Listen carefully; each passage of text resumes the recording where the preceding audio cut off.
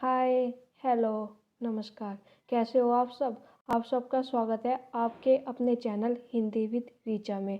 मेरा नाम रीचा जैन है और मैं अभी प्रेजेंट में पीएचडी कर रही हूँ चौधरी चरण सिंह यूनिवर्सिटी मेरठ से। ये मेरी ईमेल आईडी है। यदि आपका कोई डाउट है तो आप मुझे मेरी ईमेल आईडी पर भेज दीजिए। मैं खुश हूँ कि आप लोग अपने डाउट मुझे भेज रहे हैं। और ये हमारा टेलीग्राम चैनल है। मैं अपनी सभी क्लास के पीडीएफ इसी चैनल पर अपलोड करती हूँ। तो आप हमसे जुड़े रहने के लिए हमारा टेलीग्राम चैनल ज्वाइन कर लीजिए। अब हम बात करते हैं आज हम क्या पढ़ने वाले हैं। जैसा कि आपको पता है मैंने बुक शुरू की थी आपको पढ़ानी, हिंदी साहित्य का इतिहास, आचार्य रामचंद्र शुक्ल की बुक।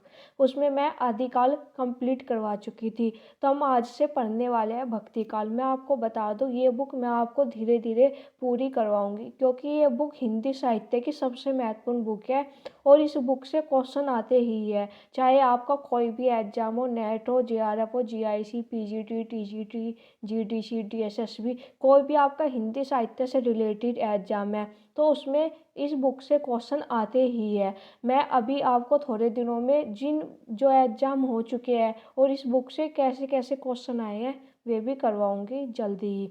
तो आज हम शुरू करते हैं अपना भक्तिकाल पूर्व मध्यकाल प्रकरण एक सामान्य परिचय। उससे पहले मैं आपको बता दूं कि मैं आपको क्या क्या पढ़ा चुकी हूँ। मैंने अभी तक इस बुक से रिलेटेड 5 क्लास करवाई है और पांचों ही क्लास महत्वपूर्ण है। पहली क्लास में मैंने आपको बताया था कि इस बुक से नोट्स कैसे बनाए, क्योंकि बहुत बच्चे हैं उन्हें कन्फ्यूजन होता है कि बुक से नोट्स हम कैसे बनाएं। और जो ये बुक है ना, ये प्रकरण में विभाजन किया हुआ है तो बच्चों को समझ में नहीं आता कि प्रकरण कैसे क्या विभाजन है। तो मैंने अपनी पहली वीडियो में आपको एक तरह से शुक्ल की बुक को हमें कैसे पढ़ना है ये सब बताया था। उसके बाद मैंने आपको आदिकाल पढ़ाया था। आदिकाल हमारा 4 प्रकरण में विभाजित था तो मैंने हर प्रकरण की क्लास ली थी। मैं आपको बता दूं ये बुक इतनी इंपॉर्टेंट है, आपको इसकी लाइन बाय लाइन पढ़नी होती है। ऐसा कुछ नहीं है कि आप इसमें से कुछ चीज़ें छोड़ दो। तो इसीलिए मैं ये आपको बुक कंप्लीट करवा रही हूँ लाइन बाय लाइन। तो ये 4 क्लास है हमारी आदिकाल पर, जिन्होंने नहीं देखी है देख लीजिए। और मैं अभी 1-2 दिन में आदिकाल जो मैंने पढ़ाया है आचार्य रामचंद्र शुक्ल से उस पर क्वेश्चन की सीरीज लाने वाली हूँ। उसमें आपको आदिकाल से संबंधित सारे क्वेश्चन मिल जाएंगे तो वो आप देखना ना भूलें। अब हम करते हैं अपने आज के टॉपिक की शुरुआत। आज हमारा टॉपिक है भक्तिकाल पूर्व मध्यकाल। तो मैं आपको बता दूं जो ये आचार्य रामचंद्र शुक्ल की बुक है उसमें भक्तिकाल 6 प्रकरण में विभाजित है। तो हम ये 6 के 6 प्रकरण देखेंगे। आज हम प्रकरण 1 पढ़ेंगे, पर मैं 6 के 6 प्रकरण का एक बार परिचय दे देती हूँ कि हमें कौन से प्रकरण में क्या पढ़ने को मिलेगा। बात कर लेते हैं। सबसे पहले हम भक्ति काल का टाइम पीरियड देखेंगे।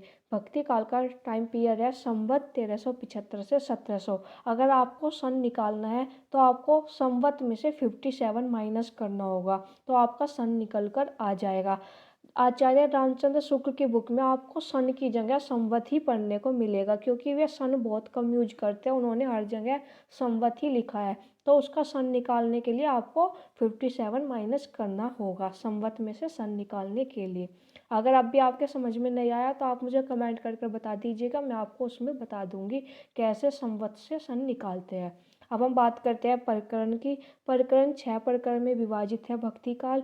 सबसे पहले हम देखेंगे प्रकरण 1 सामान्य परिचय। जैसे आदिकाल में जब मैंने पढ़ाया था तो मैंने आपको बताया था कि शुक्ल जी की बुक में जब भी हम कोई नया काल शुरू करते हैं तो प्रकरण 1 सामान्य परिचय के रूप में होता है। एक तरह से ये आने वाले प्रकरण की भूमिका होती है कि हम संत काव्य में क्या पढ़ेंगे, सूफी काव्य में क्या पढ़ेंगे, राम भक्ति काव्य में क्या पढ़ेंगे, कृष्ण भक्ति काव्य में क्या पढ़ेंगे। एक तरह से भूमिका जैसा होता है हमारा प्रकरण 1। तो आज हम प्रकरण 1 ही पढ़ने वाले हैं। अब प्रकरण 2 की बात करते हैं। जैसे आप लोगों को पता होगा भक्ति काल 2 धाराओं में विभाजित है, निर्गुण धारा और सगुण धारा, और फिर वे धाराएं भी 2-2 भागों में विभाजित है। अब हम प्रकरण 2 में निर्गुण धारा की ज्ञानाश्री शाखा पढ़ेंगे। उसके बाद प्रकरण 3 में निर्गुण धारा की प्रेमाश्री शाखा पढ़ेंगे। और ज्ञानाश्री शाखा का दूसरा नाम संत काव्य है और प्रेमाश्री शाखा का दूसरा नाम सूफी काव्य है, वो भी हमें याद रखना होगा। फिर हम बात करते हैं प्रकरण 4 की। प्रकरण 4 में हम सगुण धारा पढ़ेंगे और सगुण धारा में राम भक्ति शाखा पढ़ेंगे। प्रकरण 5 में सगुण धारा पढ़ेंगे और सगुण धारा की कृष्ण भक्ति शाखा पढ़ेंगे।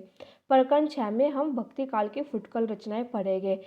आपको एक समझ में आ गया होगा, एक बार और देख लीजिए। भक्ति काल दो धाराओं में विभाजित है, निर्गुण धारा और सगुण धारा। फिर जो निर्गुण धारा है वो भी दो भागों में विभाजित है, ज्ञानाश्रय शाखा और प्रेमाश्रय शाखा। ऐसी जो हमारी सगुण धारा है वो भी दो भागों में विभाजित है, एक राम भक्ति शाखा और कृष्ण भक्ति शाखा।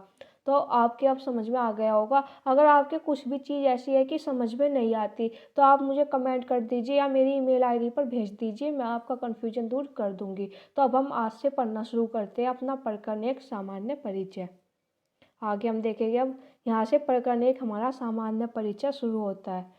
इसमें जो अभी पढ़ने वाले हम, इसमें बताया गया है कि जब भी हम कोई काल पढ़ते हैं तो हमें उसकी राजनीतिक पृष्ठभूमि पता होनी चाहिए, सामाजिक, धार्मिक, उस समय मतलब क्या चल रहा था वो हमें पता होना चाहिए। तो इस पहले पैराग्राफ में यही बताया गया है कि वहाँ की जो राजनीतिक परिस्थिति थी वो कैसी थी, क्या चल रहा था वहाँ पर। आइए पढ़ना शुरू करते हैं अब हम।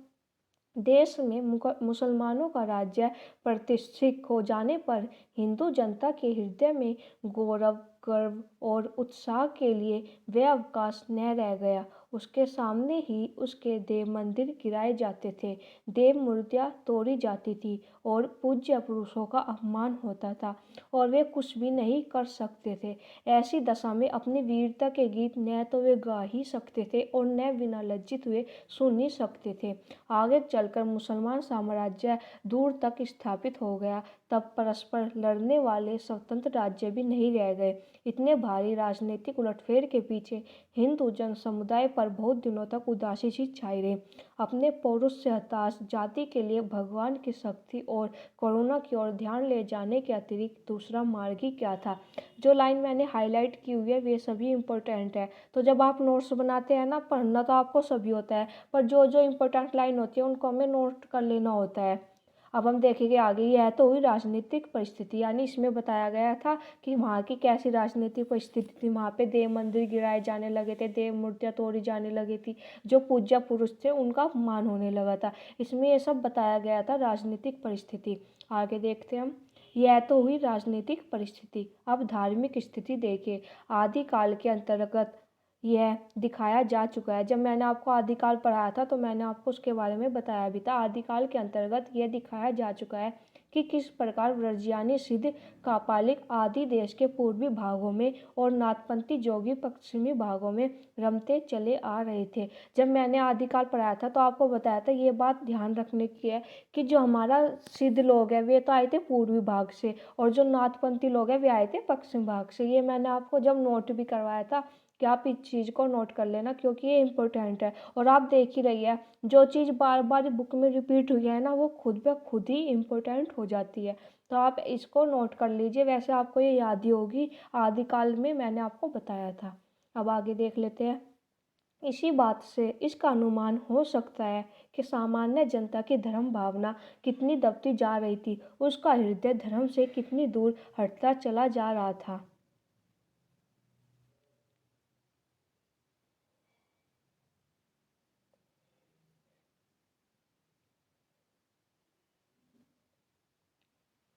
धर्म का प्रवाह कर्म, ज्ञान और भक्ति इन तीन धाराओं में चलता है। इन तीनों के सामंजस्य से धर्म अपनी पूर्ण सजीव दशा में रहता है। इसमें बताया गया है जो धर्म का प्रवाह है वो तीन धाराओं में चलता है, कर्म, ज्ञान और भक्ति। तो ये आपको तीनों पॉइंट याद रखने हैं। किन किन से चलता है धर्म का प्रवाह? कर्म, ज्ञान, भक्ति। कर्म, ज्ञान, भक्ति।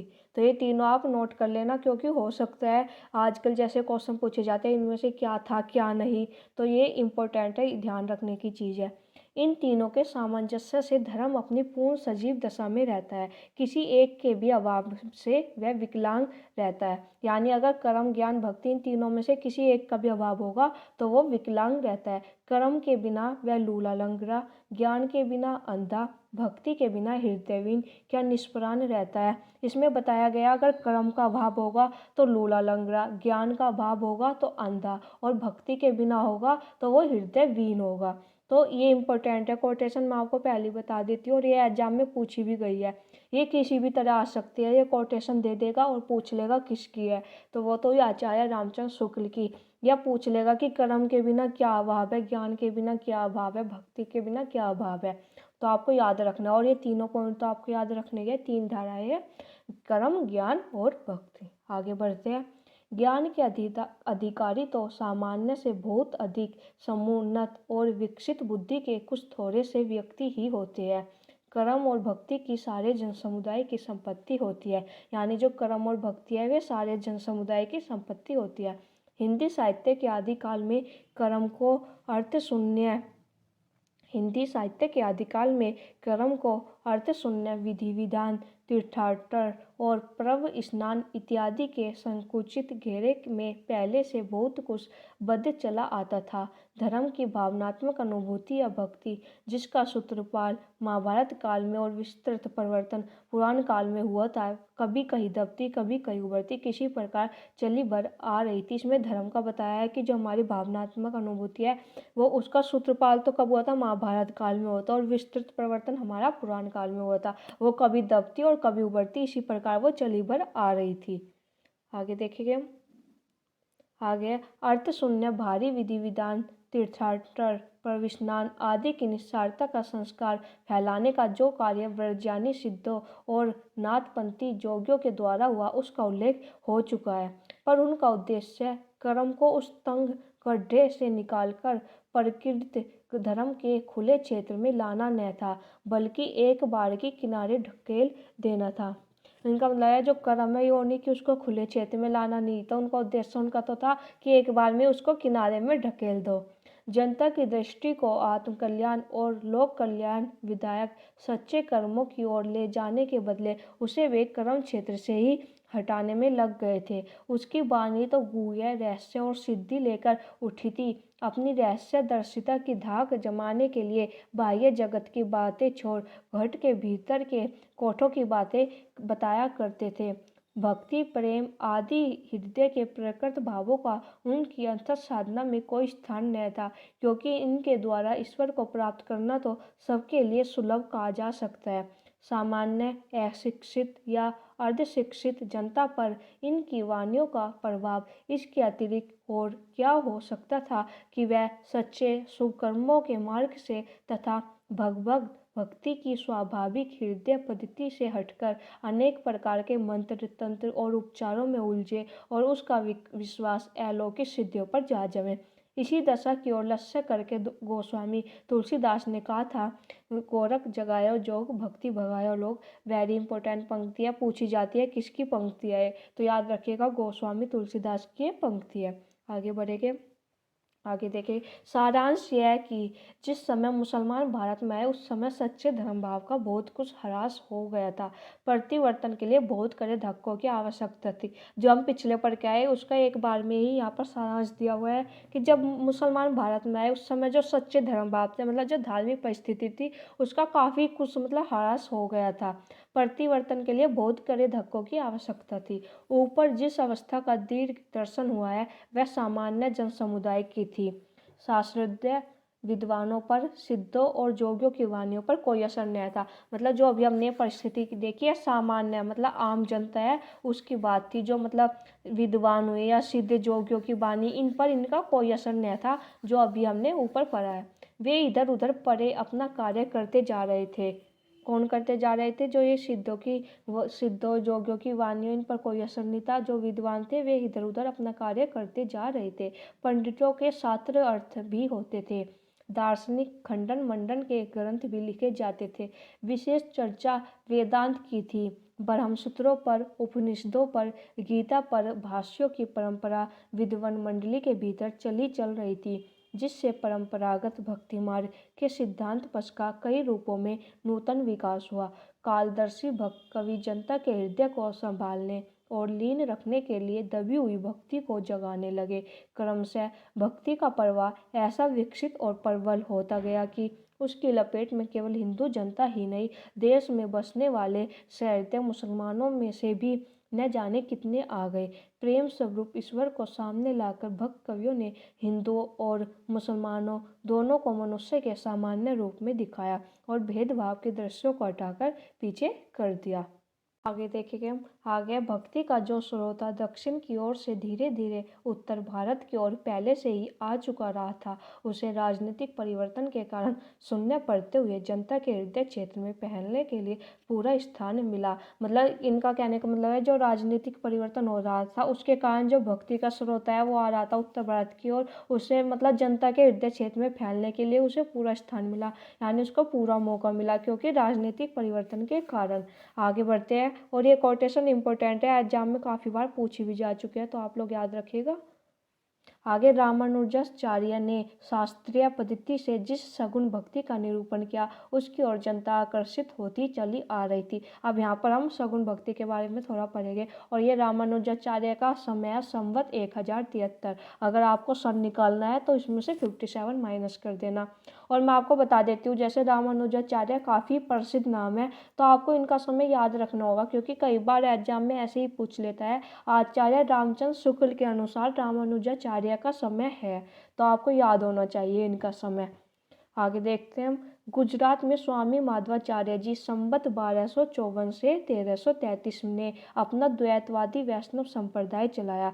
पूछा भी जाता है द्वैतवादी संप्रदाय किसने चलाया तो याद रखिएगा मध्वाचार्य जी ने, और इनका आपको समय भी याद रखना होगा जिसकी ओर बहुत से लोग झुके, यानी जो माधवाचार्य जी ने अपना वैष्णव संप्रदाय चलाया द्वैतवादी उसकी ओर बहुत लोग झुके। देश के पूर्व भाग में जयदेव जी कृष्ण प्रेम संगीत की गूंज चली आ रही थी। जो हमारे देश का पूर्व भाग है उसमें जो जयदेव थे उनके कृष्ण प्रेम संगीत की गूंज चली आ रही थी, जिसके सुर में मिथिला के कोकिल विद्यापति ने अपना सुर मिलाया। वो हमने आदिकाल में भी पढ़ा था। उत्तर या मध्य भारत में एक और तो ईसा की 15वीं शताब्दी में रामानुजाचार्य की शिष्य परंपरा में स्वामी रामानंद जी हुए, जिन्होंने विष्णु के अवतार राम की उपासना पर जोर दिया और एक बड़ा भारी संप्रदाय खड़ा किया। दूसरी ओर वल्लभाचार्य जी ने प्रेम मूर्ति कृष्ण को लेकर जनता को रसमग्न किया।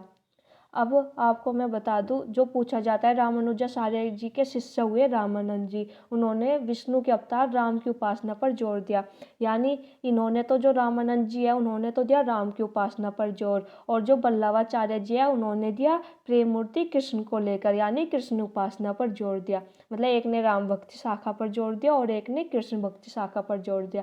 राम की उपासना किसने की? स्वामी रामानंद जी ने। और कृष्ण को लेकर किसने चलाया अपना संप्रदाय? वल्लभाचार्य जी ने। तो कंफ्यूज मत होना, रामानंद जी राम की उपासना है और वल्लभाचार्य जी कृष्ण की उपासना, तो आप याद रखिएगा, कंफ्यूज मत होना। इस प्रकार रामोपासक और कृष्णोपासक भक्तों की परंपराएं चली, यानी जो मैं आपको बता रही थी राम भक्ति और कृष्ण भक्ति भक्तों की परंपराएं चली, जिनमें आगे चलकर हिंदी काव्य को प्रौढ़ता पर पहुँचाने वाले जगमगाते रत्नों का विकास हुआ। इन भक्तों ने ब्रह्म के सत्य और आनंद स्वरूप का साक्षात्कार राम और कृष्ण के रूप में इस बाह्य जगत के व्यस्त क्षेत्र में किया, यानी सत्य कौन हुए? राम, और आनंद यानी कृष्ण। तो यहीं से हमारी राम भक्ति शाखा कृष्ण भक्ति शाखा ये चली। तो अब आपके समझ में आ गया होगा जो ये सगुण भक्ति है ये कैसे आया और इसका कैसे विभाजन हुआ। अब आगे चलते आगे देखिएगा। एक और तो प्राचीन सगुणोपासना का यह काव्य क्षेत्र तैयार हुआ, दूसरी ओर मुसलमानों के बस जाने से देश में जो नई परिस्थिति उत्पन्न हुई उसकी दृष्टि से हिंदू मुसलमान दोनों के लिए एक सामान्य भक्ति मार्ग का विकास भी होने लगा। यानी एक तरफ तो आई हमारी सगुण शाखाएं और उसे दो भागों में विभाजित हुआ, राम भक्ति और कृष्ण भक्ति। अब आगे देखेंगे। और एक तरफ आई इसका तो इन्होंने बताया है, एक और तो प्राचीन सगुणोपासना का यह काव्य क्षेत्र तैयार हुआ जो हमने पीछे देखा, और दूसरी ओर मुसलमानों के बस जाने से देश में जो नई परिस्थिति उत्पन्न हुई उसकी दृष्टि से हिंदू मुसलमान दोनों के लिए एक सामान्य भक्ति मार्ग का विकास भी होने लगा। उसके विकास के लिए किस प्रकार वीर गाथा काल में ही सिद्धों और नाथपंथी योगियों के द्वारा मार्ग निकाला जा चुका था वह दिखाया जा चुका है। देखो आपके समझ में भी आ रहा होगा, बार बार यहाँ पर वीर गाथा काल यानी आदिकाल का जिक्र हुआ है। तो ऐसा नहीं है कि आपने आदिकाल पढ़ा नहीं और आप भक्ति काल पढ़ना शुरू कर दो तो आपके समझ में नहीं आएगा। तो आपको ये बुक शुरू से ही पढ़नी है, पहले आपको आदिकाल पढ़ना होगा और उसके बाद आपको पढ़ना होगा भक्ति काल। ऐसे आपको क्रम के अनुसार ही पढ़ते हुए चलना होगा। अनुयायी अधिकतर नीची जाति के थे, अतः जाति पाति की व्यवस्था से उनका असंतोष स्वाभाविक था। नाथ संप्रदाय में भी शास्त्रज्ञ विद्वान नहीं आते थे। इस संप्रदाय के कनपट रमते योगी घर के भीतर के चक्रों, सहस्त्रदल, कमल, ईला, पिंगला, नारियों इत्यादि की ओर संकेत करने वाले रहस्यमयी बानियां सुनाकर और करामात दिखाकर अपनी सिद्धाई की धाक सामान्य जनता पर जमाए हुए थे। वे लोगों को ऐसी बातें सुनाते आ रहे थे कि वेद शास्त्र पढ़ने से क्या होता है, भारी पूजा अर्चना की विद्या व्यर्थ है, ईश्वर तो प्रत्येक के घट के भीतर है, अंतर्मुख साधनाओं से ही वह प्राप्त हो सकता है। हिंदू मुसलमान दोनों एक है, दोनों के लिए शुद्ध साधना का मार्ग भी एक ही है, जाति पाति के भेद व्यर्थ खड़े किए गए हैं इत्यादि। इन जोगियों के पंथ में कुछ मुसलमान भी आए, इसका उल्लेख पहले हो चुका है। इसमें जो इम्पोर्टेंट है आपके लिए, ये इम्पोर्टेंट है जो मैंने हाईलाइट किया हुआ है, तो आप लोग देख लीजिएगा। आगे बढ़ते हैं, हम आगे देखिए।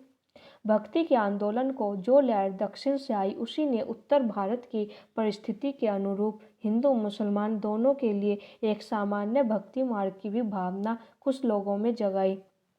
हृदय पर शून्य सामान्य अंतर साधना का मार्ग निकालने का प्रयत्न नाथपंथी कर चुके थे, ये हम कह चुके हैं। पर रागात्मक तत्व से रहित साधना से ही मनुष्य की आत्मा तृप्त नहीं हो सकती। महाराष्ट्र देश के प्रसिद्ध भक्त नामदेव ने हिंदू मुसलमान दोनों के लिए एक सामान्य भक्ति मार्ग का भी आभास किया। उसके पीछे कबीरदास ने विशेष तत्परता के साथ एक व्यवस्थित रूप से यह मार्ग निर्गुण पंथ के नाम से चलाया। हमने पहले देखा था सगुण मार्ग, बताया था कैसे कैसे आया। अब हम यहाँ से निर्गुण पंथ देखेंगे, किसने चलाया, कबीरदास ने चलाया। और यहाँ पर मैंने आपको बताया हुआ है पहले भी, जहाँ पर आपको शुक्ल जी की बुक में पीछे शब्द पढ़ने को मिल जाए उसका मतलब होता है आगे, यानी है उसके आगे कबीरदास ने। तो ये आगे की जगह हमेशा पीछे शब्द का यूज करते हैं। और नामदेव है, नामदेव का आपको समय याद रखना होगा। साथ ही आपको ये याद रखना होगा ये कौन से देश के है, क्योंकि अभी हाल ही में पेपर आया था तो पूछा गया था नामदेव जो है वे किस देश के है। तो याद रखिएगा महाराष्ट्र देश के प्रसिद्ध भक्त नामदेव, और इनका समय भी याद रखना होगा। अब हम आगे देख लेते हैं। जैसा कि पहले कहा जा चुका है, कबीर के लिए नाथपंथी जोगी बहुत कुछ रास्ता निकाल चुके थे। भेदभाव को निर्दिष्ट करने वाले उपासना के भारी विद्वानों को अलग रखकर उन्होंने अंतर साधना पर जोर दिया था। पर नाथपंथियों की अंतर साधना हृदय पर शून्य थी, उसमें प्रेम तत्व का अभाव था। नाथपंथ की जो साधना थी वो कैसी थी, हृदय पर शून्य, और उनमें प्रेम तत्व का अभाव था। ये लाइन इंपॉर्टेंट है। कबीर ने यद्यपि नाथपंथ की बहुत सी बातों को अपनी वाणी में जगह दी है, पर यह बातें उन्हें खटकी। इसका संकेत उनके ये वचन देते हैं, झिलमिला झूलते बाकी रही न काऊ, गोरख अटके कालपुर कौन कावे साऊ। अब आपको बता दूं, यहाँ पर आपने गोरख देखा और कभी आप सोचो कि यह पंक्ति गोरखनाथ की है, तो याद रखिएगा ये कबीर की पंक्ति है। इनकी दूसरी पंक्ति देख लेते हैं। बहुत दिवस ते हिंडिया सुन्नी समाधि लगाई, करहा पड़िया गार्ड में दूरी परा पछताई। तो ये दोनों पंक्ति किसकी हुई, कबीर की है। और कबीर की जितनी पंक्ति दी हुई है सभी इम्पोर्टेंट है। आगे देखिएगा। आगे आते कबीर ने जिस प्रकार एक निराकार ईश्वर के लिए भारतीय वेदांत का पल्ला पकड़ा, उसी प्रकार उस निराकार ईश्वर की भक्ति के लिए सूफियों का प्रेम तत्व लिया और अपना निर्गुण पंथ धूमधाम से निकाला। बात यह थी कि भारतीय भक्ति मार्ग साकार और सगुण रूप को लेकर चला था। निर्गुण और निराकार ब्रह्म भक्ति या प्रेम का विषय नहीं माना जाता। इसमें कोई संदेह नहीं कि कबीर ने ठीक मौके पर जनता के उस बड़े भाग को संभाला जो नाथपंथियों के प्रभाव से प्रेम भाव और भक्ति रस से शून्य और सुस पड़ता जा रहा था। ये लाइन इम्पोर्टेंट है, वेरी वेरी इंपॉर्टेंट है, इसको नोट कर लेना, पूछी जाती है। ये किसकी पंक्ति है, तो याद रखिएगा आचार्य रामचंद्र शुक्ल की।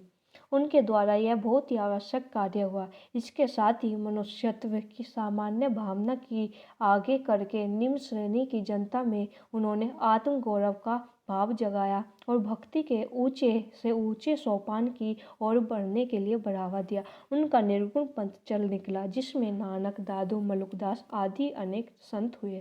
तो इसमें निर्गुण पंथ बताया गया और उसमें जो संत काव्य के कवि थे उनका नाम दिया गया है नानक, दादू, मलुकदास, और ये सभी इम्पोर्टेंट भी है।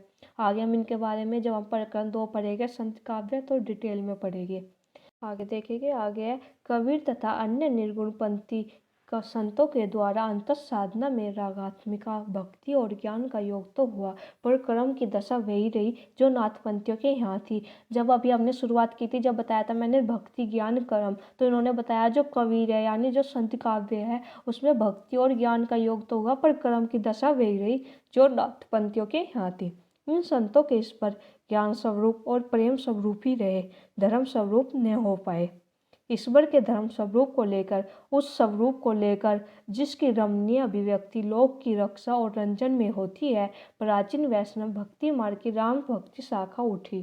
कृष्ण भक्ति शाखा केवल प्रेम स्वरूप ही लेकर नई उमंग से फैली। तो इन्होंने बताया गया जो संत काव्य उसमें ज्ञान स्वरूप और प्रेम स्वरूप रहा, और फिर धर्म स्वरूप किसमें रहा, वो रहा लोक की रक्षा और रंजन में होती है प्राचीन वैष्णव भक्ति मार्ग की राम भक्ति शाखा में। हमको क्या देखने को मिला, धर्म स्वरूप, और कृष्ण भक्ति शाखा में केवल प्रेम स्वरूप।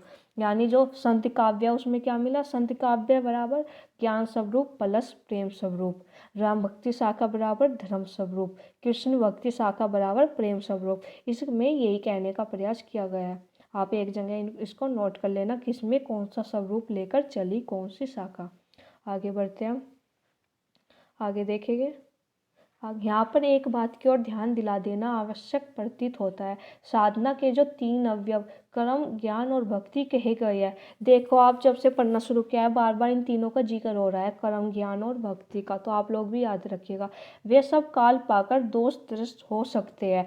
कर्म अर्थ शून्य विधि विधानों से निकम्मा हो सकता है, ज्ञान रहस्य और गुह्य की भावना से पाखंडपूर्ण हो सकता है, और भक्ति इंद्रियों भोग की वासना से कलुषित हो सकता है। तो इसमें बताया गया है जो ये 3 अवयव है कर्म ज्ञान भक्ति, ये मतलब सब काल पाकर दोष दृष्ट भी हो सकते हैं।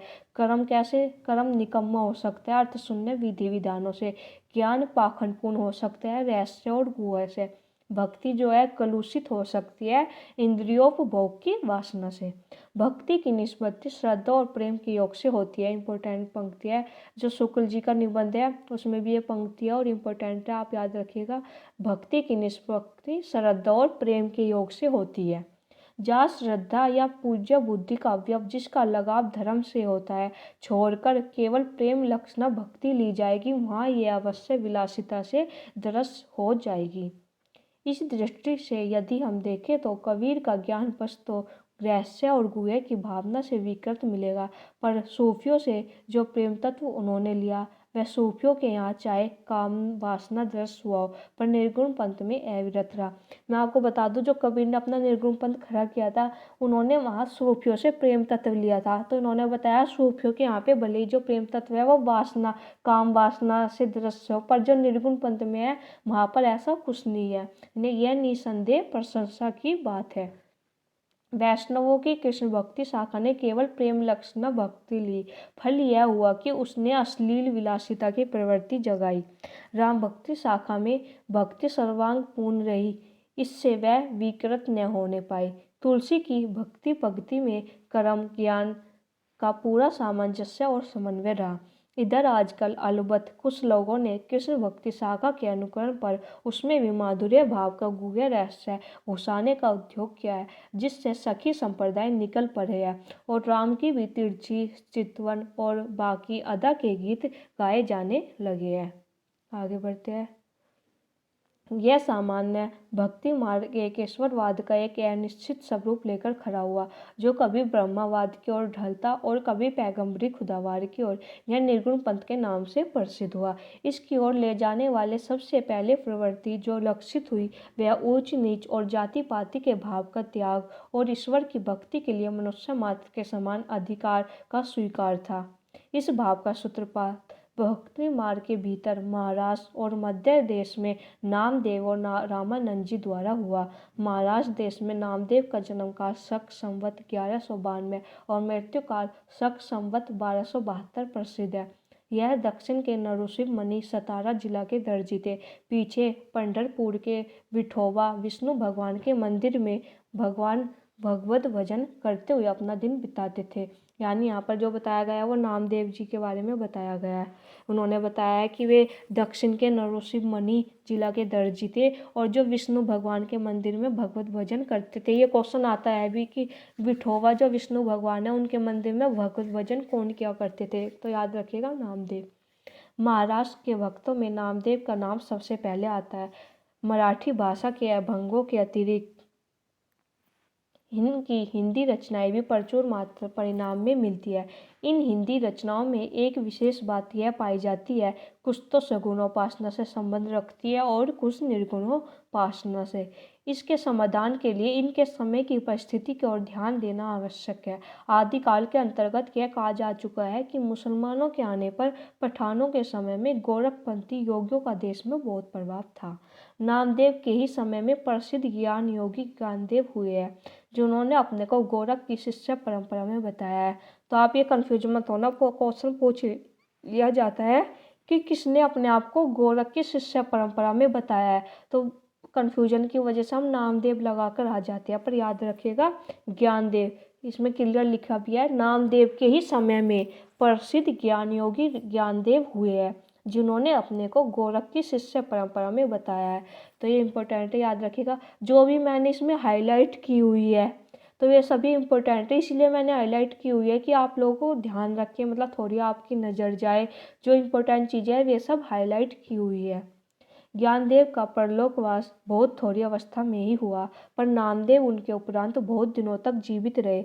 नामदेव सीधे साधे सगुण भक्ति मार्ग पर चले जा रहे थे, पर पीछे उस नाथपंथ के प्रभाव के भीतर भी ये लाए गए जो अंतर्मुख साधना द्वारा सर्वव्याप निर्गुण ब्रह्म के साक्षात्कार को ही मोक्ष का मार्ग मानता था, लाने वाले थे ज्ञानदेव। एक बार ज्ञानदेव इन्हें साथ लेकर तीर्थ यात्रा को निकले। सब नामदेव की एक तरह से कथा बताई गई है कि नामदेव के बारे में हमको पढ़ने को मिलता है। एक बार ज्ञानदेव इन्हें साथ लेकर तीर्थ यात्रा को निकले। इन्हें मतलब नामदेव को साथ लेकर। मार्ग में ये अपने प्रिय विग्रह विठोबा भगवान के वियोग में व्याकुल रहा करते थे। जैसा कि बताया है, जो नामदेव है वे विठोबा यानी विष्णु भगवान की पूजा किया करते थे। ज्ञानदेव इन्हें बराबर समझाते जाते थे कि भगवान क्या एक ही जगह है, वे तो सर्वत्र है, सर्वव्यापक है, यह मोह छोड़ो। मतलब उन्होंने उनको बताया कि ये नहीं कि भगवान एक ही जगह है, वे तो सभी जगह है, तो ये मोह छोड़ दो कि एक ही जगह है, हमको वहीं पर ही जाना है, वहीं पर उनकी भक्ति करनी है। तुम्हारी भक्ति अभी एकांगी है, जब तक निर्गुण पद की भी अनुभूति तुम्हें न होगी तब तक तुम पक्के न होगे। ज्ञानदेव की बहन मुक्ताबाई के कहने पर एक दिन संत परीक्षा हुई। जिस गांव में यह संत मंडली उतरी थी उसमें एक कुम्हार रहता था। यानी ज्ञानदेव की बहन है मुक्ताबाई, उसके कहने पर एक दिन संत परीक्षा हुई थी। जिस गांव में यह संत मंडली उतरी थी उसमें एक कुम्हार रहता था। मंडली के सब संत चुपचाप बैठ गए। कुम्हार घड़ा पीटना लेकर सबके सिर पर जमाने लगा। चोट पर चोट खाकर भी कोई विचलित न हुआ, पर जब नामदेव की ओर बढ़ा तब वे बिगड़ खड़े हुए। इस पर वह कुम्हार बोला, नामदेव को छोड़ और सब घड़े पक्के हैं। बेचारे नामदेव कच्चे घड़े ठहराए गए। यानी एक दिन संत परीक्षा हुई तो जब कुम्हार ने घड़ा पीटना लेकर सबके सिर पर जमाना शुरू किया तो सबने चोट खाई, कोई विचलित न हुआ, पर जब नामदेव की बारी आई तो वे थोड़ा सा बिगड़ गए थे। तो इस पर वह कुम्हार बोला, नामदेव को छोड़ और सब घड़े पक्के हैं। बेचारे नामदेव कच्चे घड़े ठहराए गए। इस कथा से यह स्पष्ट लक्षित हो जाता है कि नामदेव को नाथपंथ के योग मार्ग की ओर प्रवृत्त करने के लिए ज्ञानदेव की ओर से तरह तरह के प्रयत्न होते रहे। सिद्ध और योगी निरंतर अभ्यास द्वारा अपने शरीर को विलक्षण बना लेते थे।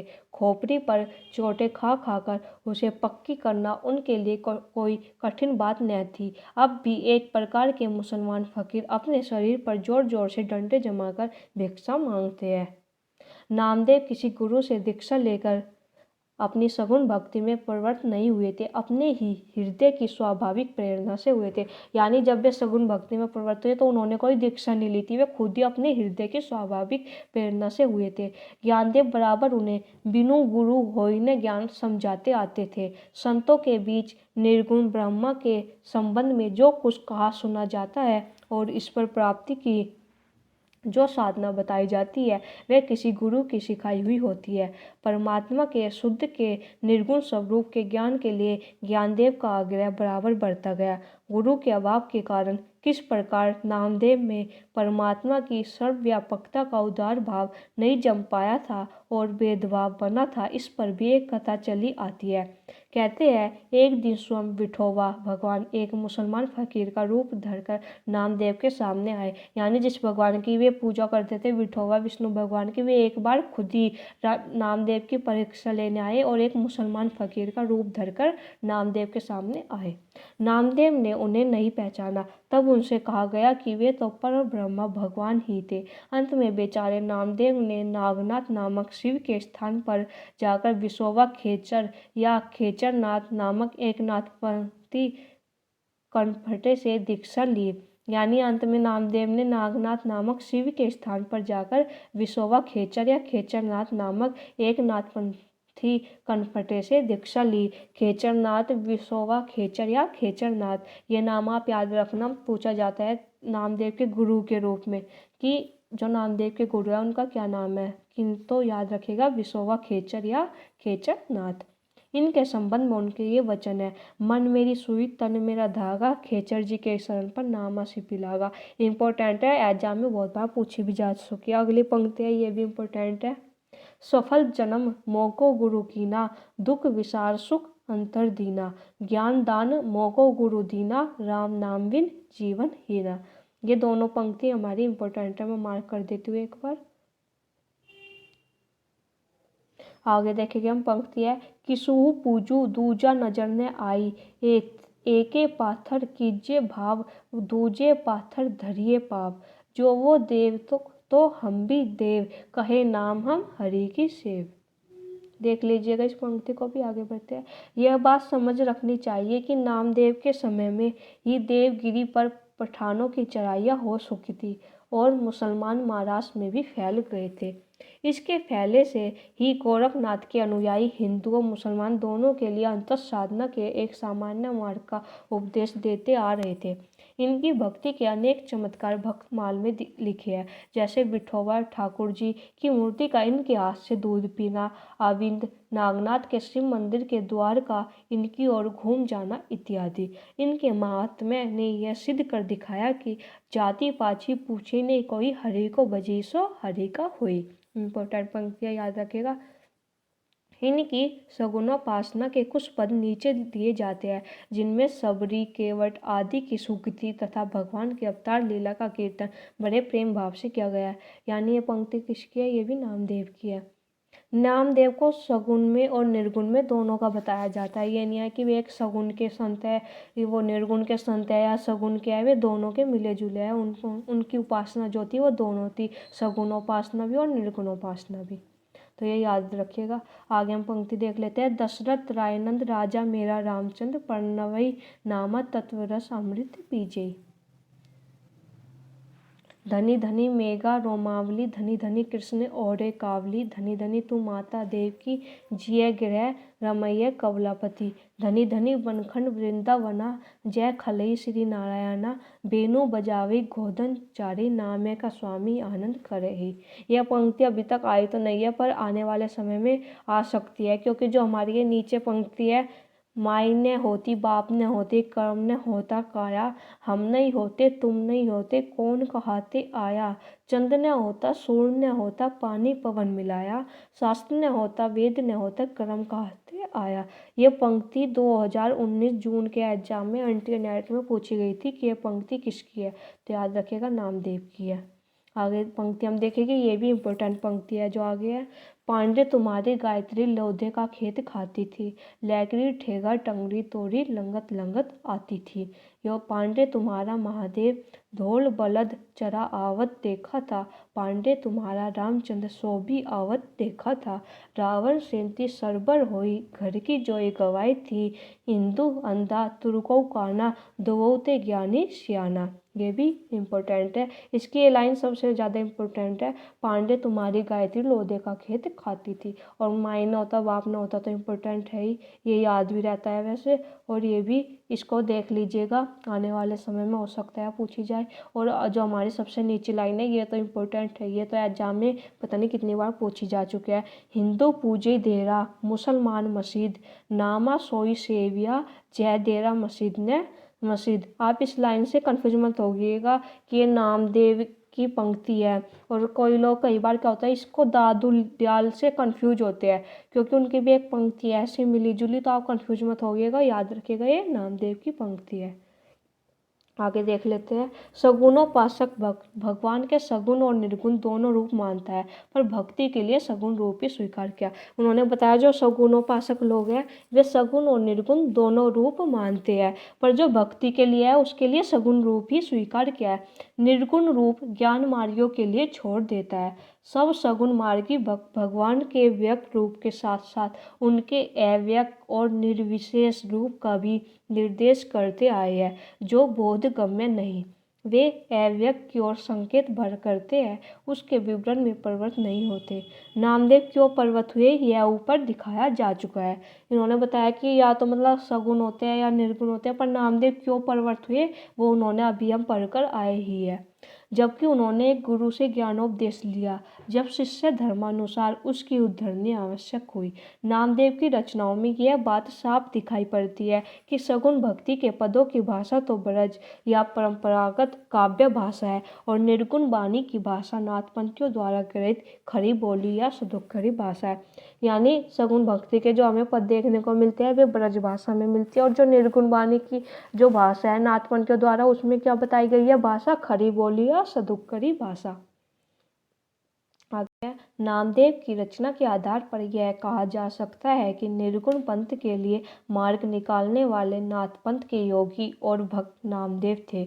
जहाँ तक पता चलता है निर्गुण मार्ग के निर्दिष्ट प्रवर्तक कबीरदास ही थे, जिन्होंने एक और तो स्वामी रामानंद जी के शिष्य होकर भारतीय अद्वैतवाद की कुछ स्थूल बातें ग्रहण की, और दूसरी ओर योगियों और सूफी फकीरों के संस्कार प्राप्त किए।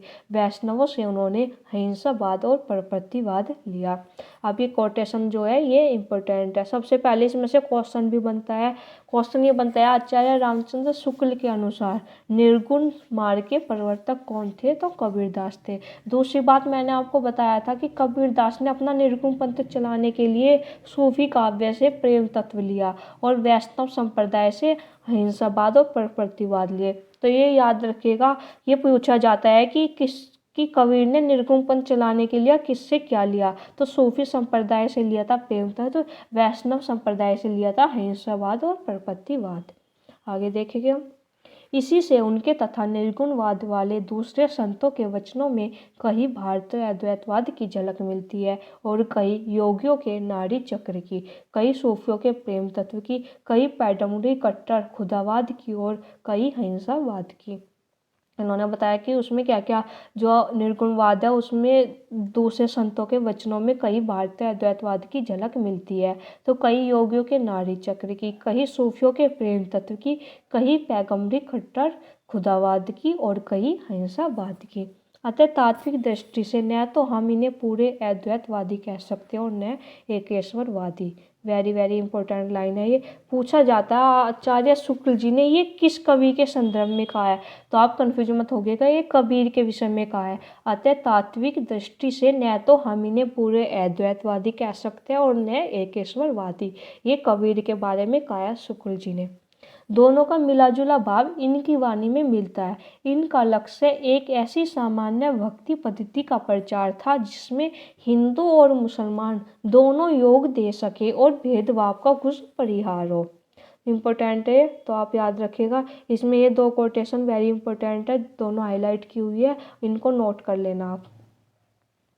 आगे देखेंगे हम। आगे बहुदेवोपासना, अवतार और मूर्ति पूजा का खंडन ये मुसलमानी जोश के साथ करते थे, और मुसलमानों की कुर्बानी, हिंसा, नमाज, रोजा आदि की असारता दिखाते हुए ब्रह्म, माया, जीव, अनहदनाद, सृष्टि, प्रलय आदि की चर्चा पूरे हिंदू ब्रह्म ज्ञानी बनकर करते थे। सारांश यह है कि ईश्वर पूजा की उन भिन्न भिन्न बाह्य विधियों पर से ध्यान हटाकर जिनके कारण धर्म में भेदभाव फैला हुआ था, ये शुद्ध ईश्वर प्रेम और सात्विक जीवन का प्रचार करना चाहते थे।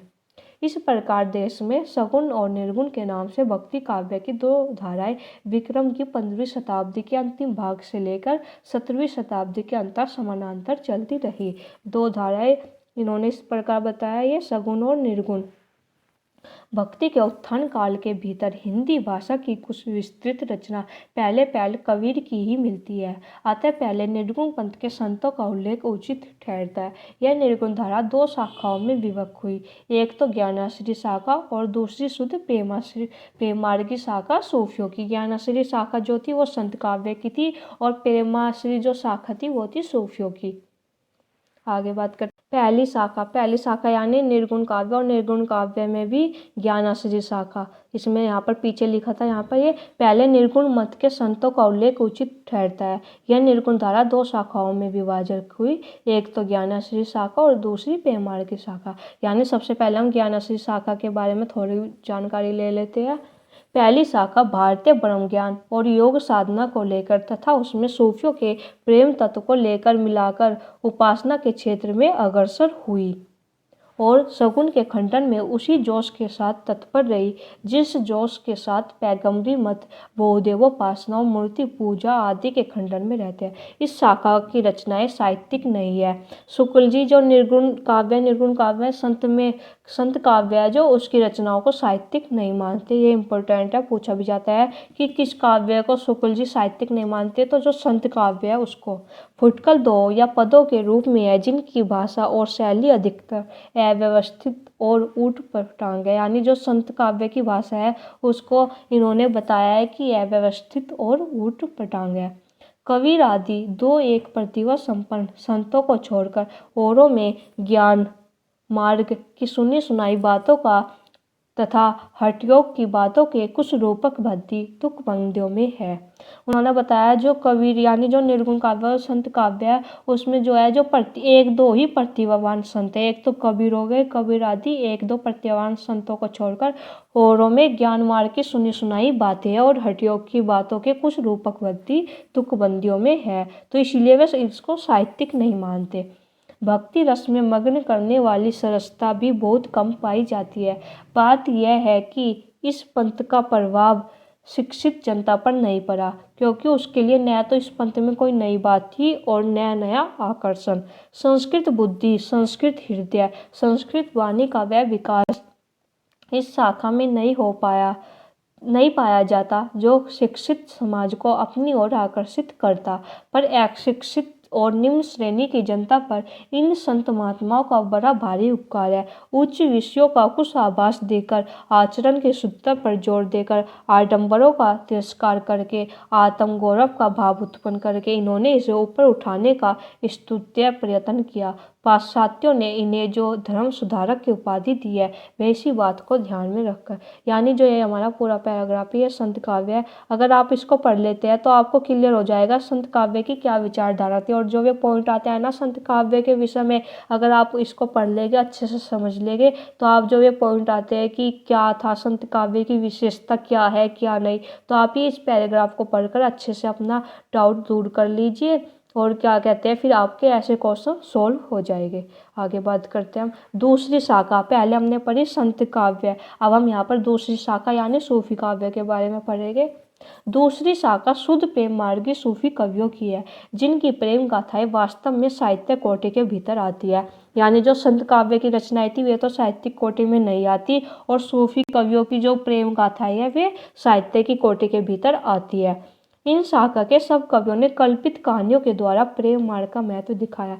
याद रखेगा जो हमें प्रेम मार्ग की शाखा उसमें जो रचनाएं मिलती है उनमें कहानियां हैं, उनमें प्रेम कहानियां, और वे सब कैसी कहानियां, कल्पित कहानियां हैं। इन साधक कवियों ने लौकिक प्रेम के बहाने उस प्रेम तत्व का आभास दिया है जो प्रियतम ईश्वर से मिलाने वाला है।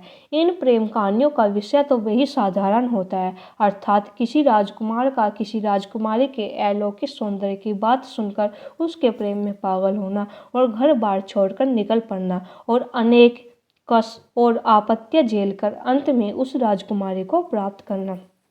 तो उन्होंने बताया जो वे प्रेम कहानियाँ उनकी मतलब एक ये कहानी सी होती है कि किसी राजकुमार का किसी राजकुमारी के अलौकिक सौंदर्य की बात सुनकर उसके प्रेम में पागल होना, फिर उसको पाने के लिए घर बार छोड़कर निकलना और फिर बहुत सारी कठिनाइयाँ झेलना और अंत में फिर राजकुमारी को प्राप्त करना। पर प्रेम की पीर की जो व्यंजना होती है वह ऐसे विश्वव्यापक रूप में होती है कि वह प्रेम इस लोक से परे दिखाई पड़ता है। हमारा अनुमान है कि सूफी कवियों ने जो कहानियाँ ली है वे सब हिंदुओं के घरों में बहुत दिनों से चली आती कहानियाँ हैं। मतलब इनका कहने का मतलब है जो सूफी कवियों ने जितनी रचनाएं और उसमें जो कहानियाँ हैं वे जो हिंदू लोग हैं उनके घर में बहुत दिनों से चली आती कहानियाँ हैं, जिनमें आवश्यकता अनुसार उन्होंने हेर फेर किया है। कहानियों का मार्मिक आधार हिंदू है। मनुष्य के साथ पशु पक्षी और पेड़ पौधों को भी सहानुभूति सूत्र में बद्ध दिखाकर एक अखंड जीवन समष्टि का आभास देना हिंदू प्रेम कहानियों की विशेषता है। मनुष्य के घोर दुख पर वन के वृक्ष भी रोते हैं, पक्षी भी संदेशे पहुंचाते हैं, यह बात इन कहानियों में मिलती है। यानी उन्होंने ये एक तरह से जो सूफी काव्य उसमें जो कहानियाँ है उनकी क्या स्टोरी है ये सब बताया है कि मतलब ऐसी कहानियाँ हिंदुओं के घरों में पाई जाती है, उनमें थोड़ा बहुत हेर फेर कर दिया। और जो ये कहानियाँ इसमें वन के वृक्ष भी होते हैं और जो पक्षी है वे संदेश भी पहुंचाते हैं। शिक्षितों और विद्वानों की काव्य परंपरा में यद्यपि अधिकतर आश्रयदाता राजाओं के 49 चरित्रों और पौराणिक या ऐतिहासिक आख्यानों की प्रवृत्ति थी, पर साथ ही कल्पित कहानियों का भी चलन था, इसका पता लगता है। दिल्ली के बादशाह सिकंदर शाह संवत 1540 से 1574 के समय में कवि ईश्वरदास ने सत्यवती कथा नाम की एक कहानी दोहे चौपाइयों में लिखी थी, जिसका आरंभ तो व्यास जनमेजय के संवाद से पौराणिक ढंग पर होता है, पर जो अधिकतर कल्पित, स्वच्छंद और मार्मिक मार्ग पर चलने वाली है। वनवास के समय पांडवों को मार्कंडेय ऋषि मिले जिन्होंने यह कथा सुनाई। एक रचना है सूफी काव्य की सत्यवती कथा और इसके रचनाकार कौन है? ईश्वरदास। तब अभी जो हमारी ये रचना है सत्यवती कथा इसकी कहानी पढ़ेगी, इसमें क्या था क्या नहीं। मैं आपको बता देती हूँ जो ये रचना है पूछा जाता है कि शुक्ल जी ने इसको किस प्रकरण के अंतर्गत रखा है, तो मैं आपको बता दूं सत्यवती कथा को शुक्ल सूफी काव्य में जगह नहीं देते, इसीलिए ही इन्होंने यहाँ पर सामान्य परिचय में ही इसको रखा है। और जो ये रचना है इसका नायक बहुत पूछा जाता है कि इसका नायक कौन है, तो अभी हम आगे पढ़ेंगे। अब हम कथा सुनते हैं कि इसकी कहानी क्या है। मथुरा के राजा चंद्रउदय को कोई संतति न थी, कोई संतान न थी। शिव की तपस्या करने पर उन्हें वर से राजा को सत्यवती नाम की एक कन्या हुई, जिसके नाम पर रचना का नाम भी रखा गया है सत्यवती कथा। वह जब कुमारी हुई, जब नित्य एक सुंदर सरोवर में स्नान करके शिव का पूजन किया करती, यानी वो नित्य एक सुंदर सरोवर में स्नान करती और उसके बाद शिव का पूजन करती। इंद्रवती नामक एक राजा के 4 पुत्र थे। अब बात करते हैं नायक की, है तो नायिका की बात हुई। वो मथुरा के राजा चंद्रउदय को कोई संतान नहीं थी और शिव की तपस्या पर उनके वर से राजा को सत्यवती नाम की एक कन्या हुई। यानी सत्यवती के पिता कौन हुए? जो नायिका है सत्यवती, उसके पिता हुए राजा चंद्रउदय। अब नायक की बात करते हैं। इंद्रपति नामक एक राजा के 4 पुत्र थे। एक दिन ऋतुवर्ण, यानी जो राजा है इंद्रवती नाम, उसके 4 पुत्र थे, उसमें से एक था ऋतुवर्ण जो हमारी सत्यवती कथा का नायक है और जिसका नाम पूछा जाता है कि सत्यवती कथा का नायक कौन था? ऋतुवर्ण। या पूछा जाता है ऋतुवर्ण किस रचना का नायक है? तो सत्यवती कथा। क्वेश्चन कैसे भी घुमा फिरा के पूछ लेता है। देखते हम कहानी पढ़ते आगे। एक दिन ऋतुवर्ण शिकार खेलते खेलते घोर जंगल में भटक गया। एक स्नान पर उसे एक कल्प वृक्ष दिखाई पड़ा, जिसकी शाखाएं 30 कोस तक फैली थी। उस पर चढ़कर चारों ओर दृष्टि दौड़ाने पर उसे एक सुंदर सरोवर दिखाई पड़ा, जिसमें कई कुमारियां स्नान कर रही थी। वह जब उतरकर वहां गया तो सत्यवती को देख मोहित हो गया। कन्या का मन भी उसे देख कुछ डोल गया।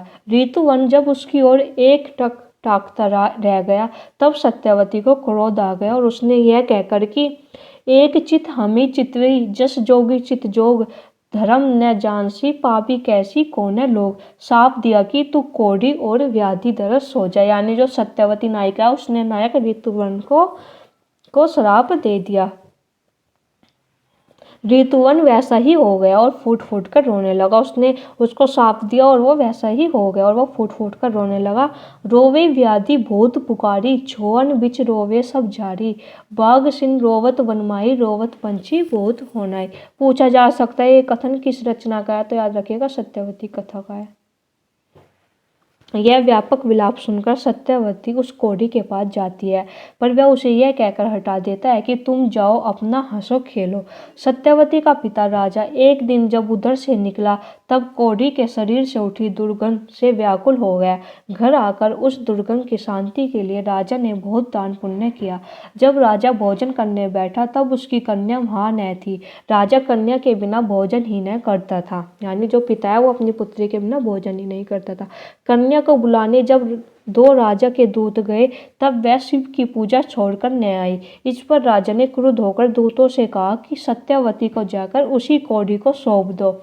दूतों का वचन सुनकर कन्या नीम की टहनी लेकर उस कोढ़ी की सेवा के लिए चल पड़ी और उससे कहा, तो ही छाड़ी अब मैं कित जाऊँ, माही बाप सौंपा तुम खाओ।